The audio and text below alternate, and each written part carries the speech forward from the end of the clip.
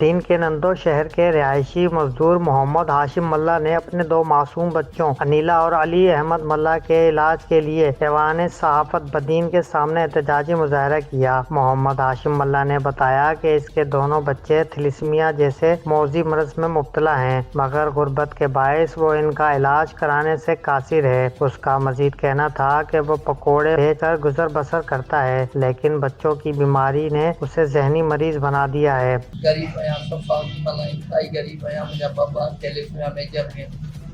گھر والی پھر کی یہ شکار میں ہے جو اللہ سالن کا جمیل جڑے دے گا کون کچھ والے آؤ سالوں پھیری کا دویا جمع 700 روپیہ ملتا 1500 گھر جو خرچوں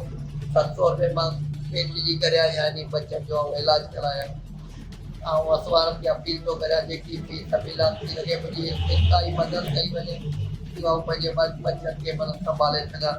محمد ہاشم ملا نے مخیر حضرات، سماجی تنظیموں اور حکومتی اداروں سے اپیل کی ہے کہ اس کے معصوم بچوں کا علاج کروا کر ان کی زندگیاں بچائی جائیں۔ کیمرہ ٹیم کے ساتھ TNF نیوز مہک فاطمہ شیخ بدین۔